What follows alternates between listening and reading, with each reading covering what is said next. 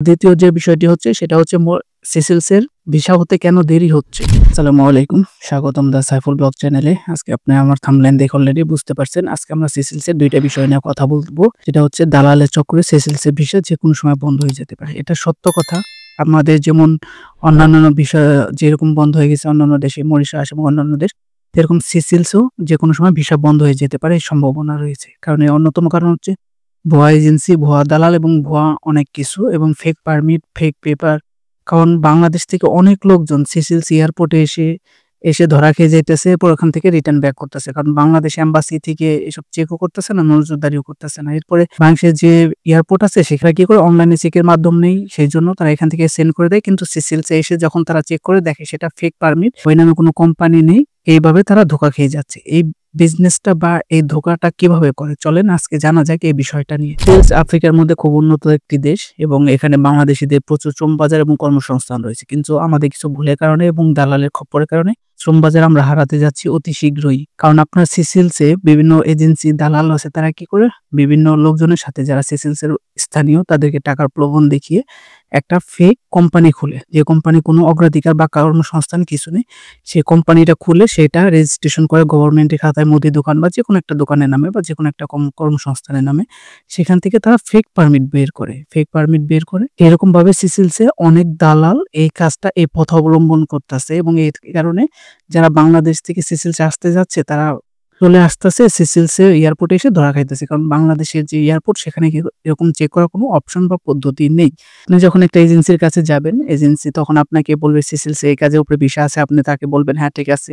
এরপর সে আপনার কাছে টাকা দাবি করবে। টাকা নেওয়ার পরে সে একটা ফেক পারমিট বের করবে। পারমিট বের করার পর সে তার ম্যান পাওয়ার, টিকিট সবকিছু সে করে দিবে। আপনাকে কোনো কিছু করতে হবে না। এরপরে সে করার পরে আপনাকে এয়ারপোর্টে ফ্লাইটে উঠিয়ে দিবে। এরপর সব টাকা নিয়ে নিবে। এরপর আপনি সিসিলস এয়ারপোর্টে এসে আর বের হতে পারবেন না। কারণ পারমিট এবং পেপারটা ফেক। কারণ তারা এইসব পদ্ধতি অবলম্বন করে ফেক পারমিট, ফেক কাজের এগুলা ব্যবস্থা করছে। এবং সিসিলসে গভর্নমেন্ট এটা খুব নজরে এসেছে এবং অনেক বাঙালি এরকম সিসিলসে এবং বাংলাদেশের পাশাপাশি অন্যান্য দেশের লোকেরাও এরকম ভাবে এসে ধরা খাচ্ছে।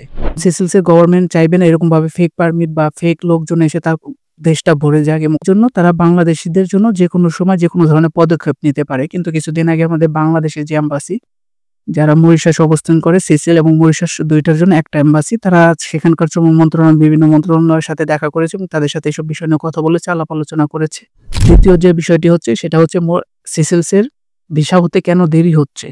ভাই, সিসিলসে ভিসা হতে দেরি হওয়ার অনেক কারণ রয়েছে। আপনারা বিভিন্ন ধরনের প্রশ্ন করেন, কমেন্ট করেন যে ভাই আমি 3 মাস ধরে জমা দিয়েছি, ভাই আমার 4 মাস হয়ে গেছে, 5 মাস হয়ে গেছে। কেউ বলেছে 3 মাসের ভিতরে নিয়ে যেতে পারবে, 2 মাসের ভিতরে নিয়ে যেতে পারবে।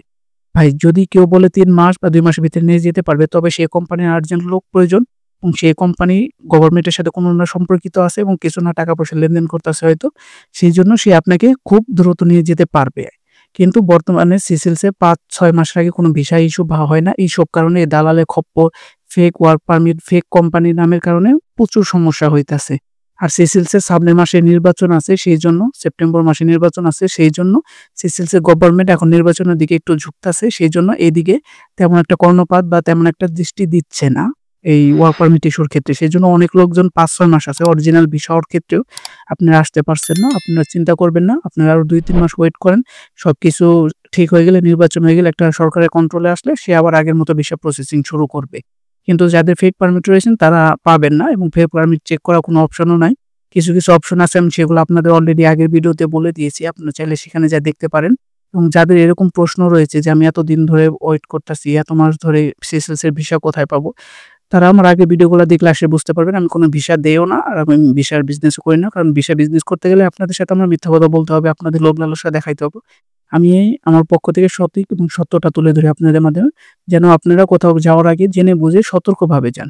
আর এই কিছু সমস্যার ক্ষেত্রের কারণে এখন বর্তমানে ভিসা ইস্যুটা একটু দেরি হচ্ছে এবং এইসব দালালদের খপ্পরের কারণে ভিসার রেশিওটা কমে যাচ্ছে এবং অনেক চেক করে অনেক সুবিধা দেখে এরপর আপনাদের ভিসা ইস্যু করতেছে।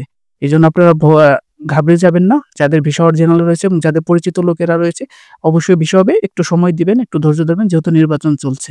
দালালের খপ্পর থেকে নিজেকে সতর্ক রাখবেন। আর আমাদের এইসব কারণে, আমাদের এইসব বাংলাদেশিদের 2 নাম্বারি ব্যবসায়ী, এইসব কারণে আমাদের বিভিন্ন দেশের বাজার আমরা হারাতে যাচ্ছি এবং অনেক দেশে হারিয়ে ফেলছি। এখন জানি না আল্লাহ পাক কে রাখছে সিসিলসের উপরে, দেখা যাক কি হয়। বাট আপনারা সবসময় সতর্ক, সাবধান থাকবেন। যে কোনো বিষয় জানার জন্য আমাকে প্রশ্ন করবেন এবং আমার ফেসবুক পেজটা ফলো দিবেন আমার সাথে কথা বলার জন্য। একটা বিষয়ে কথা বলব, সেটা হচ্ছে সিসিএলসের টুরিস্ট ভিসায় এসে কি কোনোভাবে কর্মসংস্থান করা যায় কিনা? সেখানে ২ টা উপায় আছে। আপনাদের আমি সঠিকভাবে সুন্দরভাবে বলে দেব। সেজন্য আমার চ্যানেলটা ফলো এবং সাবস্ক্রাইব করে রাখুন। সামনে দেখা হবে। ধন্যবাদ সবাইকে।